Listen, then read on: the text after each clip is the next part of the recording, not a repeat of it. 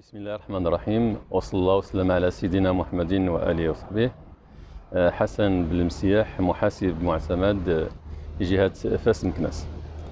كما تعلمون مستجدات القانون المالي سنة 2024 جاءت بالعديد من المتغيرات، وكان لزاما منا على أن نقوم بلقاء تكويني من أجل تقريب جميع المحاسبين والمحاسبات من هذه المستجدات.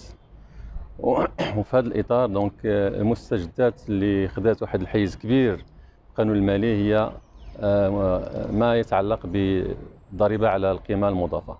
دونك الدولة كتسعى من خلال هذه المستجدات إلى جعل سعرين فقط. كما تعلموا كانت عندنا السعر نتاع 7%، 10%، 14 و20%.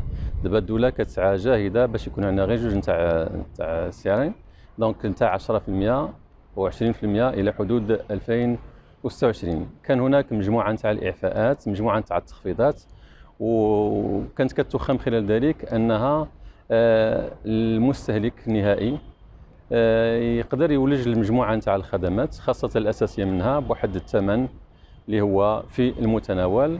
وأنا كنخص بالذكر الماء، كنخص بالذكر النقل. دونك هادو مجموعة نتاع الإجراءات اللي ربما غادي تنعكس إيجابا إن شاء الله على المستهلك.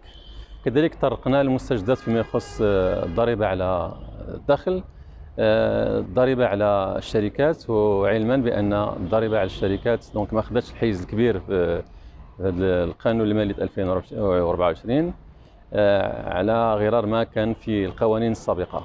دونك مازلنا غدا إن شاء الله لقاء آخر مع الأستاذ السي المهدي العطار للمزيد من التوضيحات والإيضاحات خاصة فيما يخص الاقتطاع من المنبع. وشكرا لكم. المشاركة ديال المحاسبين على مستوى الجهة ولا على مستوى مدينة فاس؟ والحمد لله على العموم كان تجاوب. علاش هنا إلا سمحتوا لي غادي نستعمل المصطلح الفرنسية كيقول لك le savoir et le savoir c'est comme la brouette, si tu la pousses pas, il s'arrête. Donc les comptables agréés sont conscients que ils doivent s'accrocher et être au rendez-vous parce que les nouveautés qui sont venues avec la loi de finances sont énormes, et pour qu'on ait une certaine explication unifiée, il faut qu'on écoute un professionnel, une personne de renommée qui est venue expliquer d'une façon trop explicite ces nouveautés afin que chaque comptable, chaque consoeur et chaque confrère traite d'une manière convenable toutes les nouveautés, et pour éviter toute surprise et satisfaire en fin de compte le contribuable qui est à son tour un consommateur. Et donc pour ne pas laisser cette marge de manœuvre, cette formation était indispensable, voire obligatoire. Et ce que je peux constater que la plupart des conseillers et confrères, ils ont toujours cette soif du savoir, cette faim du connaissance. Dieu merci, Monsieur L'Attar était là pour apaiser cette soif.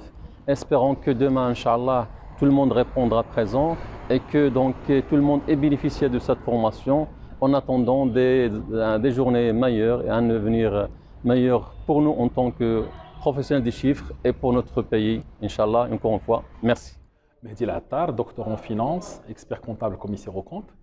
Donc en cette journée du 10 janvier 2024, nous avons tenu une journée d'études et de formation qui a porté sur le thème des nouveautés fiscales de la loi de finances 2024, en présence des professionnels de la région de Fès et des villes avoisinantes.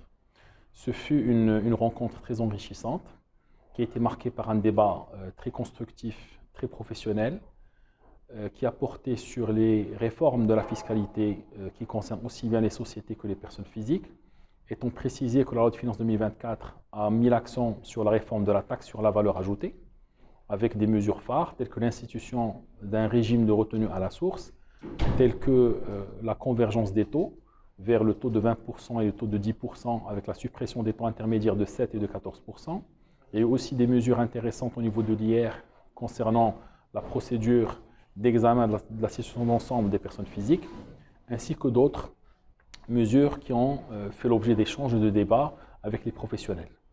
Donc c'est un événement phare dans notre pays et surtout dans le métier de la fiscalité, puisqu'on est en train de mettre en œuvre les recommandations des Assises nationales de la fiscalité pour aller vers un système beaucoup plus moderne et également qui tient compte de la volonté de l'État social pour protéger, sauvegarder le pouvoir d'achat des consommateurs.